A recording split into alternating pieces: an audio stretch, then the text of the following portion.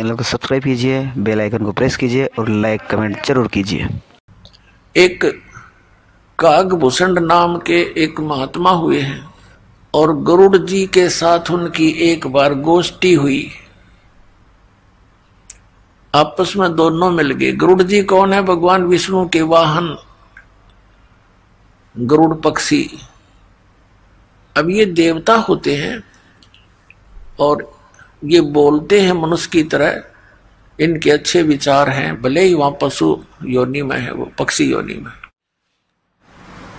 और कागभूषण भी ऊपर से मुंह काग का है, उसका कौवे का, बाकी शरीर उसका देवताओं जैसा है, ऐसी उसकी व्यवस्था है। तो जब वो अपनी कथा सुनाता है, गरुड़ जी ने पूछा, हे कागभूषण, आप के पास बैठने से मुझे बड़ी शांति होती है और आप परमात्मा के भजन में दिन रात लगे रहते हो। आपने ये स्थिति, ये गति कैसे प्राप्त की? अब कागभूषण ने कहा कि गुरुदेव, मेरी लंबी कहानी है, समय हो तो सुनाऊं। गरुड़ जी ने कहा कि आप सुनाइए, मैं सुनने का, जानने का इच्छुक हूं। तो कागभूषण जी सुनाने लगे कि गुरुदेव, एक बार मनुष्य जीवन था मेरा और उससे पहले भी मैंने असंख्यों मनुष्य जीवन नष्ट कर लिए थे, कभी भक्ति पर मैं लगा नहीं। एक समय क्या हुआ कि हम 2 बहन 2 भाई थे, मेरे माता पिता थे, एक भरा पूरा परिवार था और एक ऐसा दुर्भिक्ष पड़ा, यानी अकाल गिर गया, वर्षा हुई नहीं, अन्न का अभाव हुआ, पत्ते भी, वृक्ष भी सूखने लगे। तो ऐसा भयंकर स्थिति आ गई कि मनुष्य को मनुष्य खाने लग गया। सब वृक्ष भी खा लिए, पत्ते भी खा लिए, कूट कूट के बाड़े भी खा चुके, मनुष्य को मनुष्य खाने लग गया। उस स्थिति में मेरे माता पिता और भाई बहन, यानी मेरा परिवार, सब मेरी आंखों के सामने मर गए। मैं 20 वर्ष की उम्र का था, भाई छोटे, बहन छोटी थी, वो भूख ज्यादा समय तक सहन नहीं कर सके। माता पिता वृद्ध थे, वो भी मृत्यु को प्राप्त। अब मैंने भी वहां से निकलकर अपनी जान बचानी चाहिए, तो मैं अवंतिका नगरी में चला गया। वहां पर अकाल नहीं था, वहां पर मेरी जान बची, भोजन खाया, लेकिन मेरे माता पिता, मेरे भाई बहन मेरी आंखों के सामने तड़प तड़प कर, रो रो कर मरे थे भूखे। उस स्थिति से मैं बहुत दुखी था और ये सोचा करता था, हे परमात्मा, ये क्या जीवन हुआ?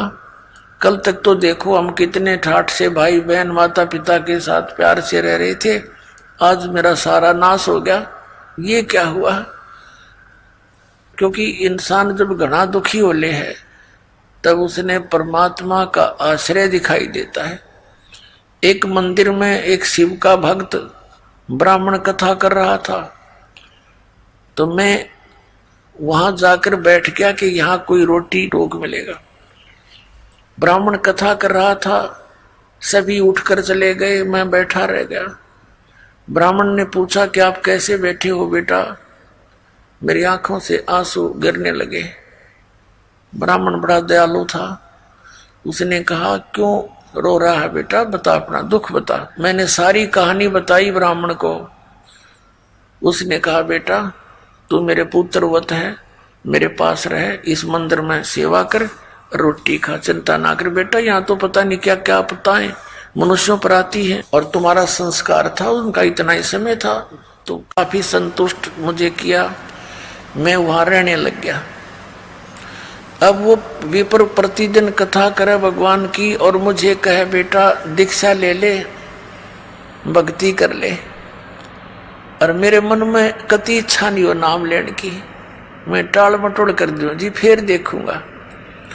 अब कागभूषण जी बता रहे हैं गरुड़ जी को कि ऐसे 6 महीने बीत गए, रोज कथा सुनो, बैठा रहूं, कति हृदय में बातें नहीं आवे, अग नाम ले लूं, दीक्षा ले लूं।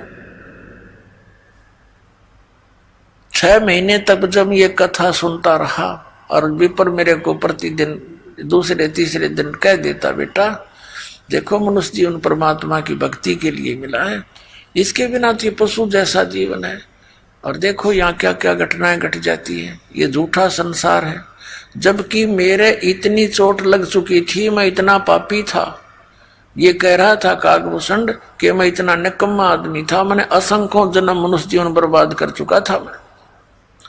और 6 महीने तक लगातार सत्संग सुनकर तब मेरी आत्मा में जगह बनी, थोड़ी सी दीक्षा ले लूं।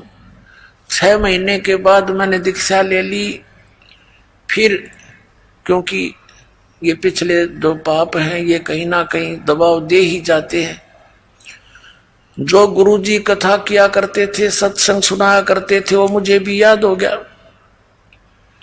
अब गुरुजी अपना घर चले जाते थे, मंदिर में सत्संग आदि करके, फिर बाद में भी भक्त आते रहते थे, तो मैं कथा सुनाने लग गया उनको, और मेरी आवाज भी बढ़िया गुरुजी से, क्योंकि मैं युवा था, वो वृद्ध हो रहे थे 50-60-70 साल के, और वही कथा वो सुना, और मैं अच्छा लतीफेदार ढंग से गा गू कर खूब बढ़िया सुनाने लगा। तो जो आने वाले श्रद्धालु थे उनकी आस्था मेरे में घनी होगी और मेरी प्रशंसा करें, अको हो आपकी तो बड़ी गजब की आवाज है, आप तो कोयल सी बोलती है, वाह वाह वाह, हृदय में लगती है। अब सब श्रद्धालु तो श्रद्धालु ही होते हैं, राम की कथा कोई सुना दे अच्छी लगती है, और कोई गा गू का ढोलक ढालक बांध कर सुना दे और ज्यादा, क्योंकि कान का विषय प्रबल है। पुण्यात्माओं, इस प्रकार ये जीव मार खाता है।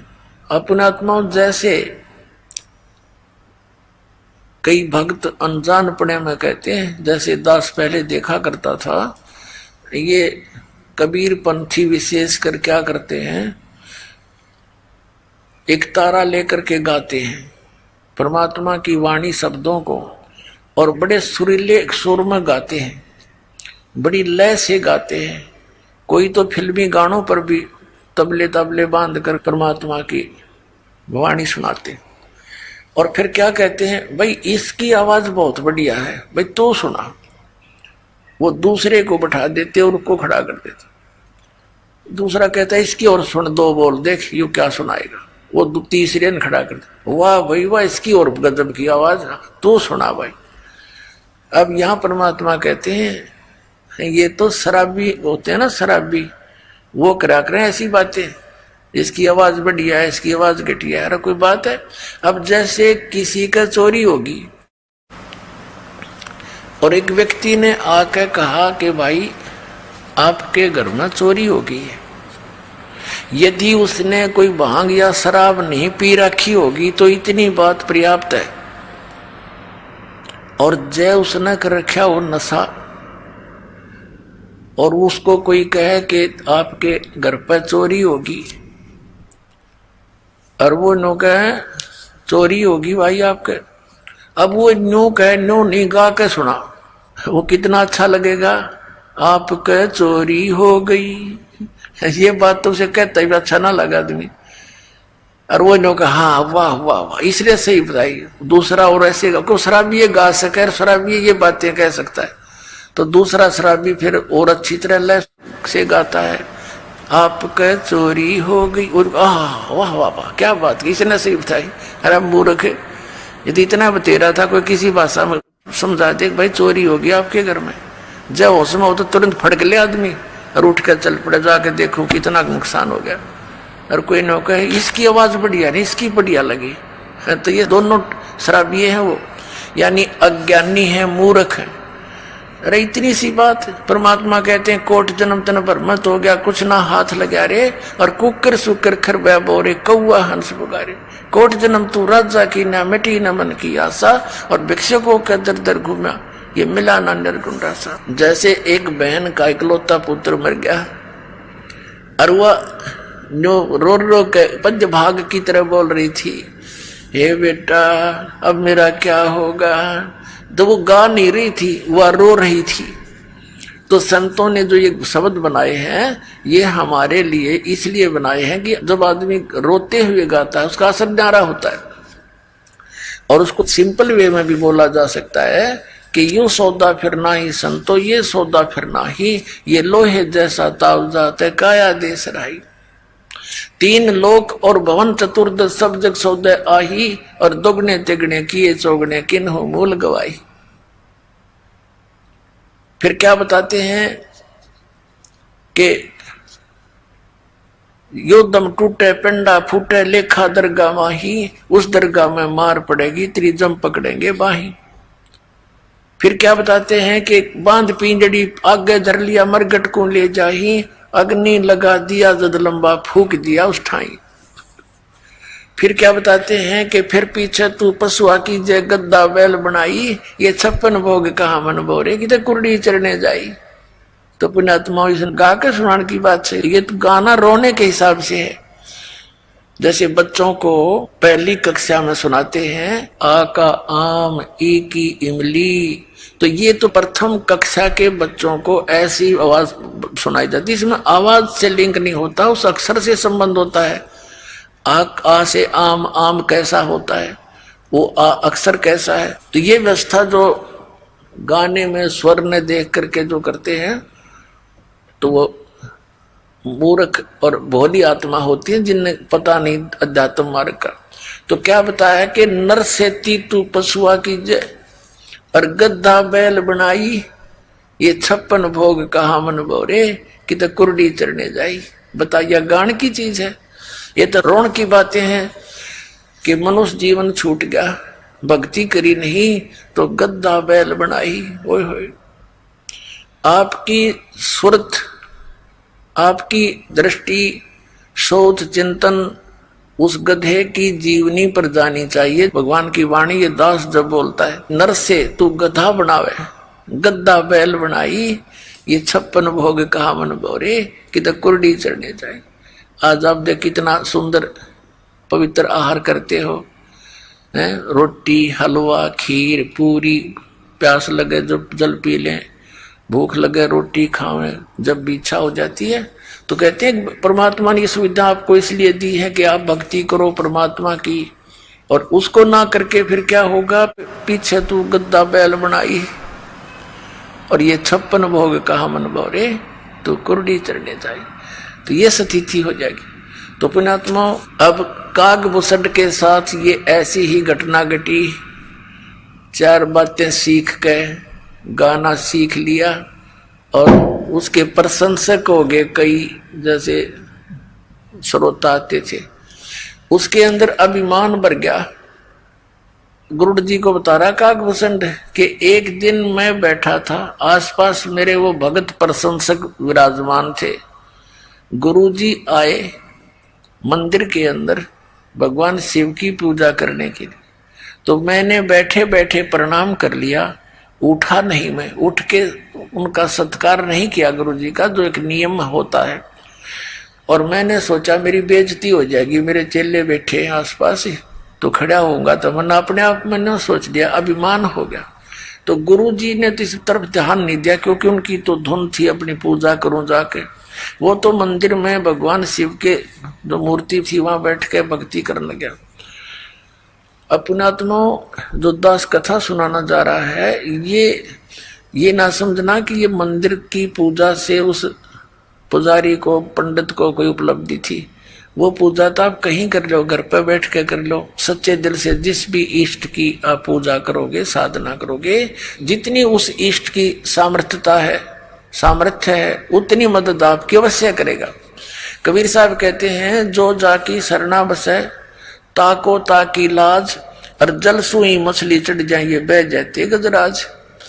अब जैसे जल ऊपर से गिर रहा है ऐसे झरना टाइप, तो उसके सामने तगड़े से तगड़ा हाथी भी, शक्तिशाली हाथी भी खड़ा हो तो उसको भी वो जल बहा ले जाता है और पटक देता ठाके।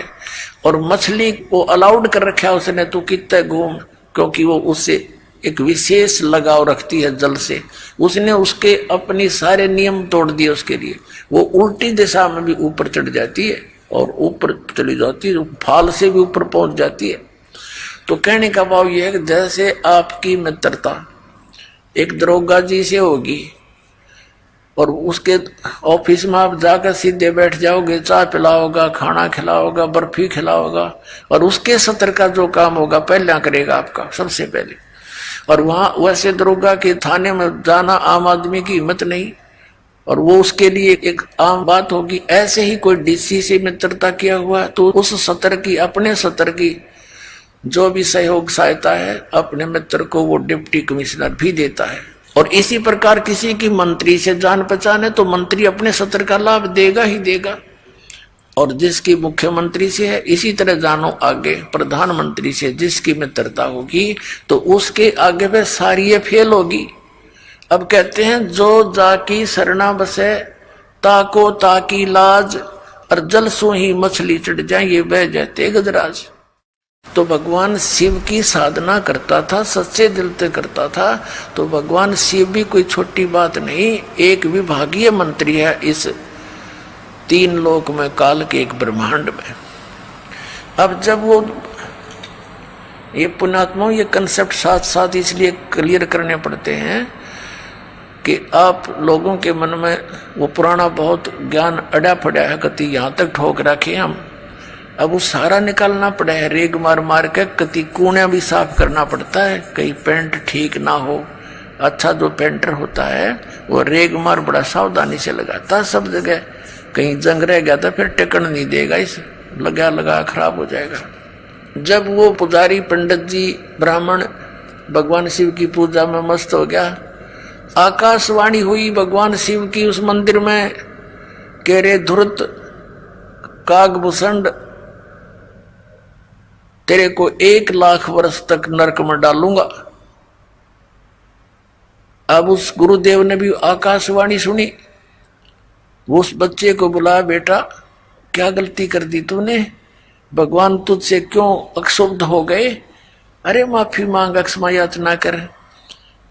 अपने आत्माओं कबीर साहब कहते हैं बहुत प्यारा बालक माँ का, और उससे बढ़कर ससगुरुओं का। माता पिता को बच्चा कितना प्रिय होता है, और कहते हैं उससे भी 100 गुना, कई गुना जो है गुरु को शिष्य प्रिय होता है, क्योंकि वो वचन का पुत्र पुत्री होते हैं उसके, और माता पिता के बंद के होते हैं। तो वो अपना मान लेता उस दिन से, जिस दिन से वो शरण ग्रहण कर ली, नाम ले लिया, और उस दिन से उसके कल्याण के लिए वो हर तरह से सोचता है कहीं इसको हानि ना हो जाए। तो उस गुरुदेव ने कहा, हे परमात्मा, हे भगवान, बालक बोला था, कोई गलती हुई हो तो माफ कर दो। कहते हैं 1 पैर तक, यानी लगभग 4 घंटे तक 1 पैर तक खड़े रहे। 4 घड़ी का 1 पैर होता है उसे, तो 1 पैर खड़ा रहा तो फिर प्रार्थना करते रहे। तब आकाशवाणी फिर हुई कि जम के लोग चलो रे भाई, हमरा वचन न खाली जाई। आकाशवाणी में कहा कि जब तू अपने गुरु जी का आदर नहीं कर सकता और मेरी भक्ति कर रहा है तो मेरी के टाट काटेगा तू, यहां कर भी एक को बद करेगा।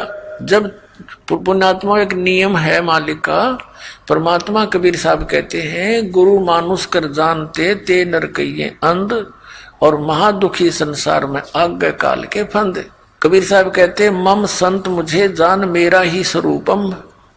अब जैसे ये दास है और परमात्मा कबीर जी का भेजा हुआ उसका प्रतिनिधि समझो, उनका दास हो।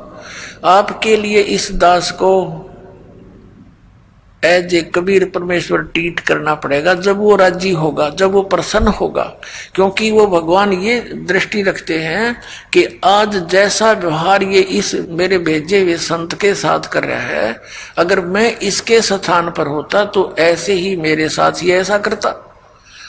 तो क्या बताते हैं, गुरु गोविंद कर जानियो रहियो शब्द समाए, मिले तो दंडवत बंदगी नहीं पल पल जान लगावे।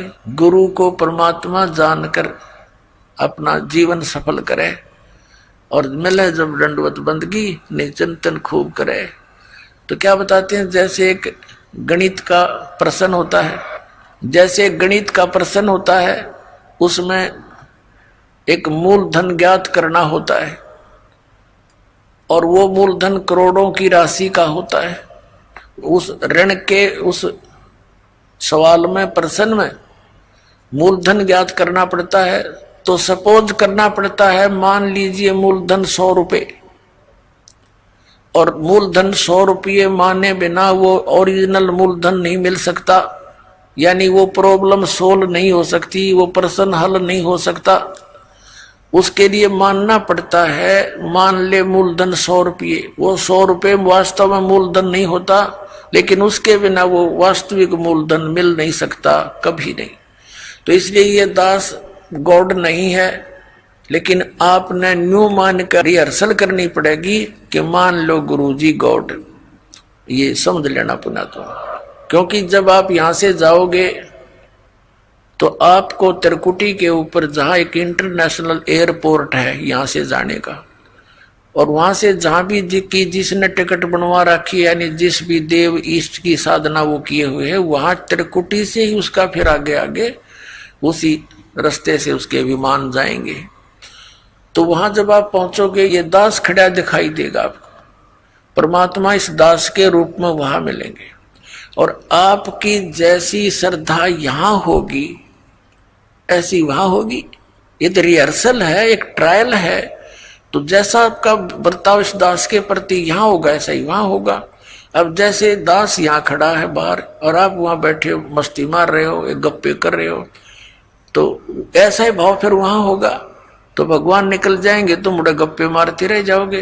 तो जो ही गुरुजी आते हैं, आप देखते हो कोई भी गुरु है कहीं पर भी वो नकली है, उनके प्रति भी वो ऐसी श्रद्धा रखते हैं जो पुण्यात्मा है, क्योंकि उनका स्वभाव है। एक टक दृष्टि रखते हैं जब तक वो आंखों के आसपास रहते हैं।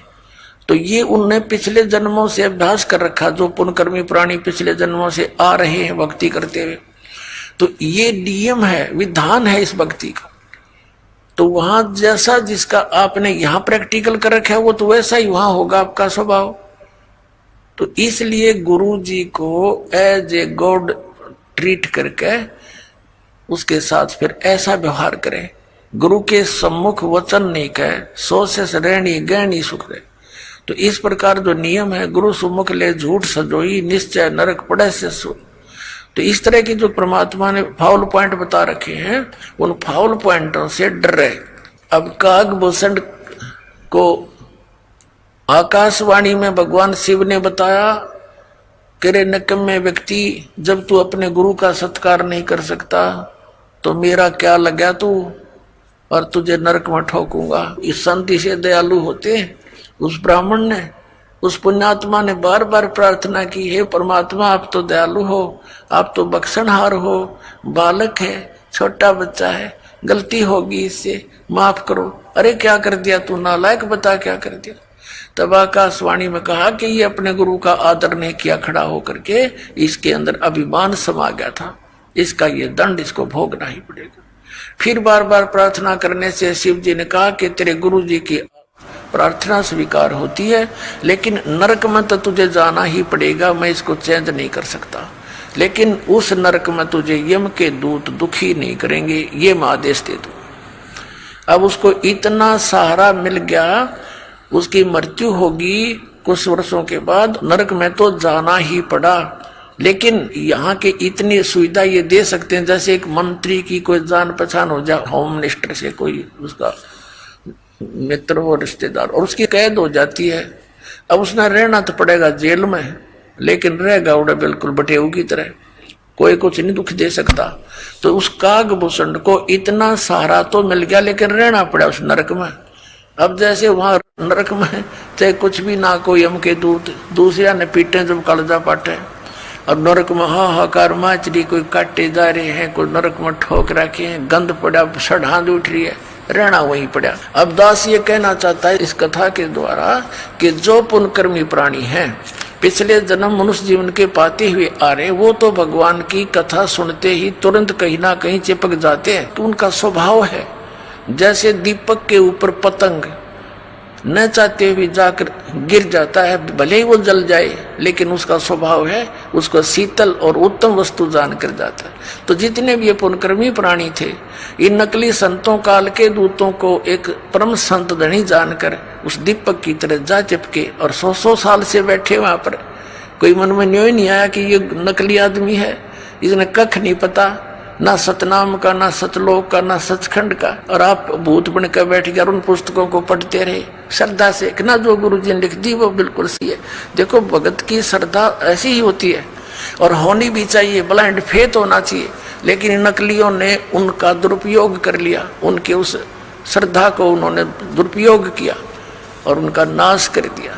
तो इस कारण से ये दास जो बताना चाह रहा है इस कथा के माध्यम से कि पिछले जन्म के जो पुण्यकर्मी प्राणी मनुष्य जीवन से आए हुए हैं, वो तो तुरंत कहीं ना कहीं कोई ना कोई साधन अपनाए हुए हैं और चुप करके अपने लगे हुए। उन्हें संतुष्टि है कि भगवान की साधना कर रहा हूँ और करनी चाहिए, लेकिन शास्त्र विधि को त्याग का मनमाना आचरण करना भी यूजलेस है। अब क्या बताना चाहता दास के जो भक्ति पर नहीं लगते, कितनी बार कहने से भी नहीं लगते, वो प्राणी हैं जो पिछले जन्मों से मनुष्य जीवन से ना आकर के किसी पशु पक्षी या जड़ योनि वृक्ष आदि की योनि से आए हुए। तो ये काकभूषण बता रहा अपनी सच्चाई कि पिछले जन्म के ना जाने कितने मनुष्य जीवन तो मैंने बर्बाद कर दिए, वो तो कहीं हाथ नहीं लगे। और एक जन्म से मैं स्टार्ट हुआ, मेरे साथ ऐसी भयंकर घटना भी घटनी, फिर भी आत्मा नर्म नहीं हुई इस नीच की, और 6 महीने तक गुरु जी के वचन सुनता रहा, फिर भी मन में नाम लेने की प्रेरणा बनी ही नहीं। और फिर भक्ति पर लगा तो यह कुबद कर दी, या तो वो लगे नहीं, लगेंगे तो मर्यादा नहीं रख सकते, उनमें कोई न कोई बुरा संस्कार कहीं ना कहीं प्रबल हो ही जाता है। अब फिर भी स्टार्ट होगी किसी ना किसी जन्म से। तो अब दास का कहने का भाव ये है कि जैसे आपका कोई भाई बहन मित्र है, वो नाम ना लेना चाहे तो सत्संग के दौरान हमने अलाउड कर रखा है, अनउपदेशी भी आश्रम में प्रवेश कर सकता है और 4 दिन 3 दिन का सत्संग वो सुन सकता है। उसको अवश्य लावे, 1 दिन 2 दिन 10 20 सत्संग सुन के कभी तो परमात्मा की वरजा होगी उस पर, क्योंकि ये अमृत वाणी है, ये सवसिद्ध वाणी है सुख संवेद की, कबीर परमेश्वर की। जैसे एक किसी को सर्प डस जाता है और वो अचेत पड़ा होता है, एक गार्डू एक मंत्र सिद्ध करता है सर्प का विष उतारने वाला, उस मंत्र को बोलता है, एक वाणी होता है, श्लोक सा होता है, उसके बोलने से बार बार बोलने से उस अचेत पड़े व्यक्ति का विष उतर कर वो सचेत हो जाता है। जबकि ना वो सुन रहा है ना उसकी कोई भाषा समझ रहा है, ये बोल क्या रहा है। तो इस परमात्मा की ये वाणी इतनी सवसिद्ध है कबीर जी की, परमेश्वर जी की। परमात्मा प्राप्त जितने भी संत हुए हैं, जैसे आदरणीय गरीबदास साहिब जी, आदरणीय धर्मदास साहिब जी, आदरणीय नानक साहिब जी, आदरणीय मलुकदास साहिब जी, आदरणीय दादू साहिब जी, आदरणीय गरीबदास साहिब गांव छुड़ानी जिला दजरवाड़ी, आदरणीय गीसा दास साहिब जी गांव खेखड़ा जिला मेरठ उत्तर प्रदेश वाले। तो इनका तो दास को पता है कि इनको परमात्मा सीधे मिले और इनको वो ज्ञान अमृत दिया। तो इनकी वाणी में और स्वयं परमेश्वर की वाणी में ये एक सवसिद्ध वाणी है, जिससे हमें बहुत ज्ञान यज्ञ का पुण्य मिलता है और आत्मा के ऊपर दुष्कर्मों का जो विष चढ़ा हुआ है वो भी धीरे धीरे हटकर फिर प्रेरणा बन जाती है परमात्मा की भक्ति करने की। तो इसलिए सत्संग में लाना, वो भी आते रहेंगे, उनको ठीक है देर से असर होगा इसका काकभूषण की तरह, लेकिन वो कलम चढ़ जाएगी किसी ना किसी युग में और फिर स्टार्ट भक्ति हुई, धीरे धीरे सफल भी होगा। काकभूषण बता रहा है फिर उसके बाद नरक भोगने के बाद मेरा मनुष्य जीवन हुआ और भक्ति की कुछ पिछले संस्कार से फिर प्रेरणा बनी। एक समय लोमस ऋषि जी कथा कर रहे थे और मैं बन गया वकील, मैं क्रिटिसाइज करने लग गया उसकी। मैंने कहा कि महाराज जी आप तो सरगुण भगवान की कथा सुना रहे हो, हम तो निर्गुण के अधिकारी हैं, हमें तो निर्गुण भगवान के बारे में बताओ। अब काकभूषण को लोमस ऋषि जी ने बहुत कुछ समझाने की चेष्टा की, भाई देखो आम के बीज के अंदर, गुठली के अंदर निर्गुण रूप में आम है, आम का पेड़ है। अब उस गुठली को, बीज को बीजा जावे जमीन में, सिंचाई करे, फिर वो पौधा होगा, फिर पेड़ होगा, फिर उसका फल लगेंगे। वो निर्गुण काम का है कि ये सरगुण। अब काकभूषण ने बोला मेरे समझ में ना आई ये बात, क्योंकि मेरी तो बुद्धि भ्रष्ट थी और अपनी जान में वकील पाक रहा था मैं, थोड़ा बहुत ज्ञान कहीं से सुन के। क्योंकि जो मनुष्य जीवन से दोबारा मनुष्य जीवन प्राप्त है वो प्राणी अवश्य भक्ति के लिए भटकता है। जैसा उसने ज्ञान कहीं कहीं से सुना वो फिर वक्ता हो चुका था। तब लोमस ऋषि ने 2-3 प्रमाण और दिए भाई। कहते हैं शिव की जटा में थी गंगा भाई, और भागीरथ ने वह गुप्त वस्तु प्रगट दिखलाई, यानी यहाँ प्रगट कर ली। ये निर्गुण हमें नहीं दिखाई देती, वह एक जगह थी, हमारे तो काम आई नहीं, हमारे लिए तो निर्गुण है बिना गुण की। और जब गंगा यहाँ आई तो हमारे लिए तो गुण हो गया इसमें।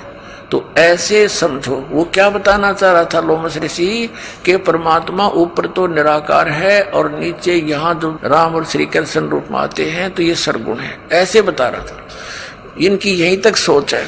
तो उसने क्या कहा काकभूषण ने कि आप तो वैसे ही कह रहे हो, यानी कुछ ऐसी उठपटांग बात कह दी। तो लोमस ऋषि ने उसको श्राप दे दिया, अरे चंडाल, तू ना ज्ञान को सुनता है ना सुनने देता है, तेरा चंडाल का जन्म होगा। अब काकभूषण कहता मुझे पिछली बात याद आएगी कि मैंने गलत कर दिया, मुझे क्रोध नहीं आया, और ऐसे मायूस सा होकर बैठ गया है भगवान, बहुत गलती बन गई, मैंने विवाद किया, और प्रभु आपका वचन शिरोधार्य है, पर मुझ दास को कहीं भी जन्म दे देना, चंडाल के देना या किसी के घर देना रिसीवर, पर एक आशीर्वाद दे दो अपने दास को कि मुझे भगवान की भूल ना पड़े। अब लोमस ऋषि शांत होया, भी कोई बात ना, बालक था, विवाद कर दिया, मैंने भी गलत श्राप दे दिया। तो उसने कह दिया ठीक से बेटा, तुझे भगवान की याद बनी रहेगी। तो काकभूषण कहता कि फिर मेरा जन्म हुआ, ब्रह्मा की पत्नी इनका हंस वाहन है, अपनी हंसनी को लेकर के एक कागचंड के घर गई, यानी गर्भ धारण करवाने के लिए। तो उनके संयोग से हंसनी और कागचंड, काग के संयोग से मेरा जन्म हुआ। तो मेरा बाकी शरीर तो देवता जैसा और मुख है काग जैसा, लेकिन बोलता है मनुष्य की तरह। तो पुण्यात्मा उसके बाद काकभूषण कहता है कि फिर मेरा उद्धार किससे हुआ। एक जोगजीत नाम के एक संत मिले, उन्होंने मुझे परमात्मा पूर्ण ब्रह्म की साधना की जानकारी दी। ब्रह्मा विष्णु महेश से ऊपर कोई और परम शक्ति है काकभूषण, इन आपके विष्णु जी से शक्तिशाली और परमात्मा है, उसकी भक्ति मैं करता हूं, जिस कारण से ये गति मेरी हुई है। सैकड़ों प्रलय मेरे सामने हो चुकी है और इतनी लंबी मेरी आयु हो चुकी है। अब क्या बताते हैं, बुझे गरुड़ भूषण बियाना, मोह से कहो भेद विधि नाना, वचन सुशील दृष्टि अनुरागी, देवता की दे मुख द्वार मुख कागा। अब काकभूषण जी को गुरुड़ जी कह रहे हैं, मधुकुर बहन सुनंत हो शांति, कहो भूषण मुझिया की उत्पाती, श्रवण सुमृत वचन उमेदा, दाम रसायन सब तन बेदा, परम भेद कहो बहुभांति, मिटे हमारे मन की कांति, कौन देश को नगर निधाना, कहो भूषण आदि परवाना, कौन पिता को जननी जाम्या, कौन कुली कौन वंश बखाना, अवरण वरण कला परवेशा, तुम्हारी महिमा कर है शेषा, जल स्वरूप कुछ तरंग न तेजम, इंद्री जीत चढ़े मन से जम, ब्रह्म निरूपण निर्गुण भेखा, कहो भूषण मोहि आज संदेशा, कहे भूषण तुम सुनो खगेशा, तो से भेद कहूं परवेशा, शंख कल्प जुग गए बिहाई, पूर्व जन्म की कथा सुनाई। शंख कल्प जुग हो गए, जामन मरण जिहान, जन्म पूर्व ला तुझे कहूं, सुनो खगेश सुजाने। गरुड़ जी को कागभूषण कह रहे हैं, कह भूषण सुनो खगेशा, अर्थों से भेद कहूं परवेशा। शंख कल्प युग गए बिहाई, शंख कल्प तमन बर्बाद कर दिए और पूर्व जन्म की कथा सुनाई। शंख कल्प युग हो गए, जामन मरण जिहान, जन्म पूर्वला तुझे कहूं, सुनो खगेश सुजान। सुनो गरुड़ मेरा आज संदेशा, भिन्न भिन्न भेद कहूं खगेशा। शंख जन्म पूरब पैमाला, शंखों जन्म पूरब यानी पहले के पैमाल माने नाश कर दिए। शंखों जन्म पूरब पैमाला, और गए जो मिथ्या नहीं संभाला। वो तो मिथ्या गए में संभाल नहीं सका, यानी भक्ति ठीक बनी नहीं, मैं स्टार्ट नहीं करी भक्ति। अवधपुरी एक नगर निधाना, जहां अवतार धरे मोरे प्राणा। 20 वर्ष की उम्र पुनीता, और मात पिता भय काल समीपा। मेरी 20 वर्ष की उम्र थी, मेरे मात पिता और सब परिवार मेरा काल की ग्रास हो गया, नहीं मर गया। पड़ा काल दुर्भिक्ष ताही, और पृथ्वी डोल गई रे बाई। ऐसा भयंकर दुर्भिक्ष गिरा था, अकाल गिरा था कि पृथ्वी भी कांप गई थी, ऐसा हाहाकार मचा था। पड़ा काल दुर्भिक्ष अपारा, मनुष्य मनुष्य का करे आहारा। अन्न का नहीं आहार प्राणी, पड़ा काल दुर्भिक्ष समानी। अवधपुरी हम तजी खगेशा, ताई आए हम मालू देसा। पूरी अवंती लीना बासा, जावा नहीं अन्न की त्रासा। अन्न तो वहां पेट भर खाया, कह भूषण सुनो खगराया। पंडित एक अवंती माही, कथा करण नित शिव द्वारे जाही। 6 मास हम संगति की नी, बहुरतास की दीक्षा लेनी। टहल करत शिव पंडित केरी, गुरु चेले का भाव गनेरी। स्वामी करण गए स्नाना, और पूजा अर्पण धूप दयाना। शिव पूजा पंडित अर्थावे, बेल पत्थर धर लिंग बनावे। शिव पूजा पंडित करे जहाँ हम लिया निवास, गुरु दीक्षा मन मैं करी मिटी खगेश प्यास। तन मन अर्पे फेर माला, जाके ऊपर ईश दयाला। यानी कागभूषण जी कह रहे हैं कि वो पंडित जी अपने शिव भगवान के ऊपर कति समर्पित था, जिस कारण से भगवान शिव की उसके ऊपर पूरी कृपा थी। पूजा करण दिवालय आए, ता हम बैठे दर्शन पाए। जहाँ शिव को मोह दिया सरापा, लाख वर्ष तुम जमपुरी राखा। पंडित सुना बचन शिव केरा, ओठ चरण लीन्या गुरु केरा। पंडित शिव का दान लगाया, कल्प करी बालक बोराया। हे रे बालक तू धर शिव का ध्याना, ताते बख्शे तेरे प्राणा। तो पुण्यात्मा, आज का जो सत्संग चल रहा है, ये वर्तमान का समागम, ये किस उपलक्ष्य में है? परमात्मा सतलोक से चलकर आते हैं, अपनी प्यारी आत्माओं को मिलते हैं जो परमात्मा के लिए भटक रहे हैं, और उनको फिर तत्व ज्ञान समझाकर सत भक्ति, वो 2 अक्षर का मंत्र सतनाम देकर उनका कल्याण करते हैं।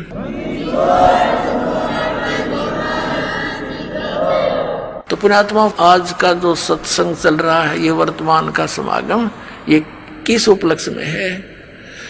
परमात्मा सतलोक से चलकर आते हैं, अपनी प्यारी आत्माओं को मिलते हैं जो परमात्मा के लिए भटक रहे हैं, और उनको फिर तत्व ज्ञान समझाकर सत भक्ति, वो 2 अक्षर का मंत्र सतनाम देकर उनका कल्याण करते हैं। अब कागभूषण जी भक्ति भी कर रहे थे, ऋषि संतों से उपदेश भी ले रखा था। तब परमात्मा गए, बेटा इस साधना से तेरा जन्म मृत्यु नहीं मिट सकता, और पूरी सृष्टि रचना सुनाई। तब कागभूषण ने बताया गरुड़ जी को कि गरुड़ जी, जो साधनाएं आप कर रहे हो, भगवान विष्णु को आप परमात्मा मानकर, ये पूर्ण परमात्मा नहीं है, इसकी तो आप जन्म मृत्यु होती है। अब कागभूषण से ये ज्ञान सुनकर गरुड़ जी की भी आंखें खुल गई कि अभी सचमुच इनकी जन्म मृत्यु होती है। और काकभूषण ने यहां तक बताया परमात्मा कबीर जी जो जोगजीत रूप में उनको मिले थे कि बेटा ये ब्रह्मा विष्णु महेश तुम्हारे किसी भी प्रारब्ध के कर्म को कम और ज्यादा नहीं कर सकते। यानी तेरे मृत्यु है तो मृत्यु होगी ही होगी, ये उसमें एक्सटेंड नहीं कर सकते। गरुड़ जी के मन में आया भी बात भी सच्ची है। फिर ये किसी भगवान फिर परमात्मा आकर के गरुड़ जी को भी मिले जब ये चर्चा उनकी चली किसी अन्य रूप में। तो गरुड़ जी को फिर खूब ज्ञान समझाया, उनको मंत्र दिए, प्राथमिक मंत्र देते थे परमात्मा पहले। तो हम क्या करते रहे, जैसे पहले हम परमात्मा के शिष्य बहुत कम होते थे, संसार और काल के पुजारी ज्यादा होते थे, नाम ले लेते थे, कुछ दिन ठीक साधना करते थे फिर छोड़ देते थे। लेकिन वो दयालु हैं, इस पीक टाइम के लिए आप में भक्ति बनाए रखने के लिए वो जगह जगह प्रकट होकर या किसी संत को प्रेरणा कर जाते थे या स्वयं कुछ समय रह करके हमारे कर्म बनवा जाया करते थे, जिस कारण से हमारे मनुष्य जन्म बनते हुए होते हुए आ रहे हैं और आज तक आस्था है भगवान की। और वो यही चाहते थे परमात्मा कि जब तक ये प्राइम टाइम आवे पिछली पीढ़ी का, आस्था बनी रहे मनुष्यों में भगवान की। नहीं तो पुण्यात्माओं अगर 100 वर्ष और लेट हो जाता ये समय आज जो चल रहा है, राम नाम करणिया भारत में नहीं पाओ, या सच कर बता देता हूं आपको, कति नाश हो जाता भक्ति का। क्योंकि जितने ये पंथ हैं ये सब शास्त्र विरुद्ध साधना कर रहे हैं, और जितने भी हिंदू धर्म के हमारे गुरुदेव हैं ये वेदों और गीता के विपरीत ज्ञान देकर वो साधना करवा रहे हैं जो कति यूजलेस है। और जिस कारण से हमें भगवान की राहत मिल नहीं रही, हम लुटेरे बन गए, हम रिश्वत लेने लग गए, हम मिलावट करने लग गए, जिससे धनी बनना चाहते हैं और दूने दुख आने लग गए प्राणियों। तो इस परमात्मा ने आकर के यहां तक आपको आस्था बनाए रखनी थी और अब संभाल लिया। अब आपको वो लाभ मिलेंगे जो भगवान दिया करता है। आपको यहां भी सुख देगा जो आवश्यक होंगे आपके लिए, और आपको